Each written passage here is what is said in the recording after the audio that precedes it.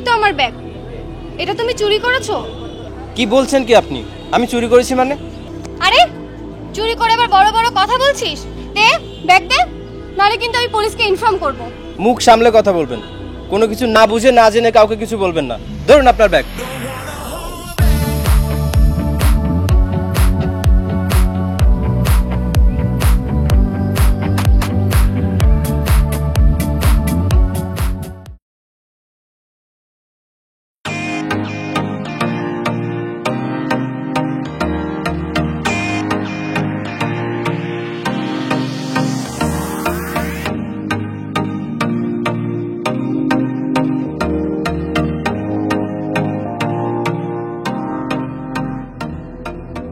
আরে তুই আগে তো জানতাম তুই একটা চোর, এখন তো দেখি তুই একটা লম্পট, রাস্তার ছেলে একটা।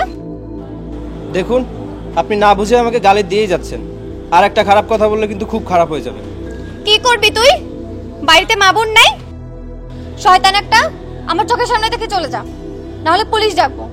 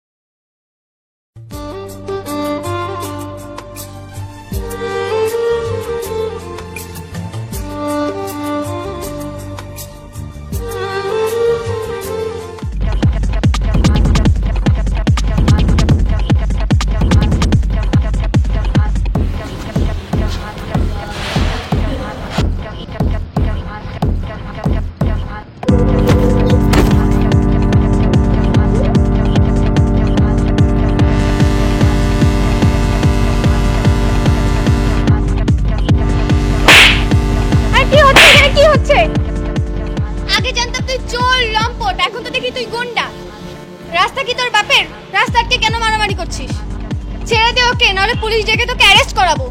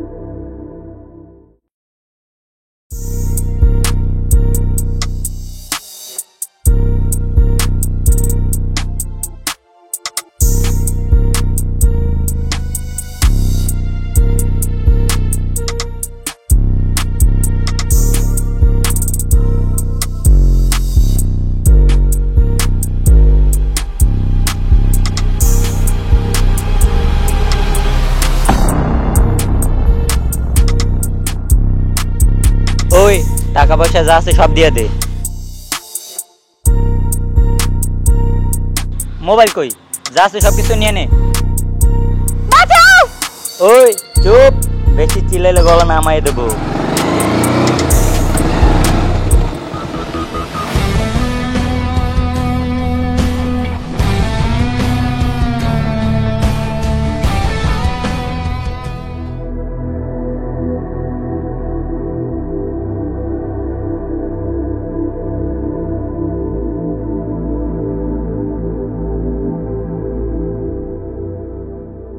একটা মেয়ের জন্য এত রাতে একা চলা ঠিক না।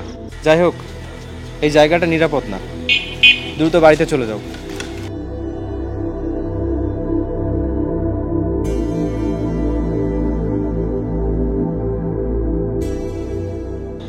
এক্সকিউজ মি, আপনাকে আসলে ধন্যবাদ দেওয়ার মতো ভাষা আমার নেই। আমি আসলে না বুঝে আপনার সাথে ভীষণ বাজে ব্যবহার করে ফেলেছি। প্লিজ আমাকে ক্ষমা করে দিন। মানুষ তার ভুলটা একসময় বুঝতেই পারে, কিন্তু অনেক দেরিতে, সব কিছু শেষ হয়ে যাওয়ার পরে।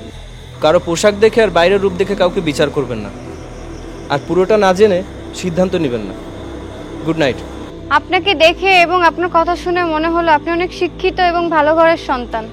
আচ্ছা, আপনি কি করেন? পুলিশ।